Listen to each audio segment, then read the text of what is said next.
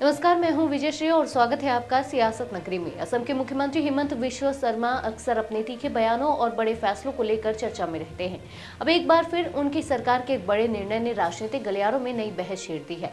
मुख्यमंत्री हिमंत शर्मा की कैबिनेट ने बहुविवाह पर रोक लगाने वाले महत्वपूर्ण विधेयक को मंजूरी दे दी है।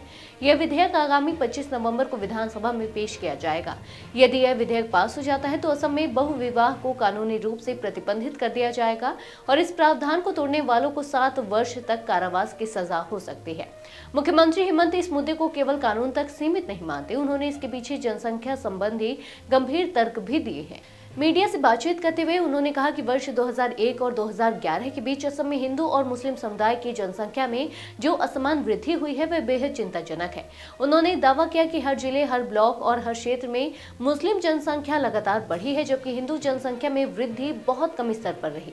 यही कारण है कि राज्य सरकार अब चरणबद्ध तरीके से जनसंख्या असंतुलन रोकने की दिशा में कानून और नीति दोनों स्तरों पर निर्णायक कदम उठा रही है। मुख्यमंत्री ने यह भी कहा कि बहुविवाह पर रोक के बाद सरकार अब एक और महत्वपूर्ण जांच कर रही है। राज्य में पिछले वर्षों में भूमि बिक्री पैटर्न की समीक्षा की जा रही है। सरकार यह पता कर रही है कि किस तरह एक विशेष समुदाय के पक्ष में भूमि खरीद और जमीन के स्वामित्व की स्थिति बदली। हिमंत ने कहा कि आने वाले समय में जमीन की बिक्री के नियमों और प्रतिक्रियाओं में भी संशोधन संभव है, ताकि किसी एक वर्ग के हित में जनसांख्यिकीय रूप से राज्य को बदला न जा सके। यह पहली बार नहीं है जब असम सरकार ने इस तरह जनसंख्या आधारित नीति का मुद्दा उछाला है। हिमंत पहले भी कई सार्वजनिक मंचों पर यह बात कह चुके हैं कि राज्य में जनसंख्या संतुलन खतरे में है और आने वाले वर्षों में यह स्थिति सामाजिक समीकरणों, राजनीतिक दिशा और आर्थिक ढांचे को प्रभावित करेगी। मुख्यमंत्री का कहना है कि यदि समय रहते इस दिशा में कड़े कदम नहीं उठाए गए तो भविष्य में स्थिति गंभीर रूप ले सकती है। सरकार के तर्क पर विपक्ष ने भी सवाल खड़े किए हैं। विपक्ष का आरोप है कि निर्णय समाज को बांटने और ध्रुवीकरण बढ़ाने वाला है।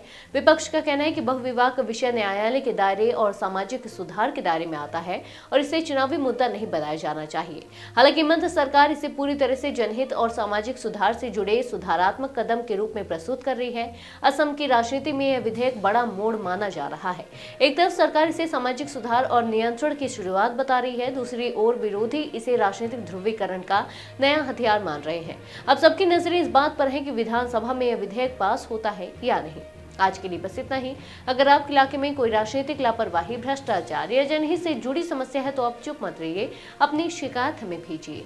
सियासत नगरी आपकी आवाज को मंच देगा और जवाबदेही तय करेगा, क्योंकि अब हर सवाल होगा सीधा सत्ता से।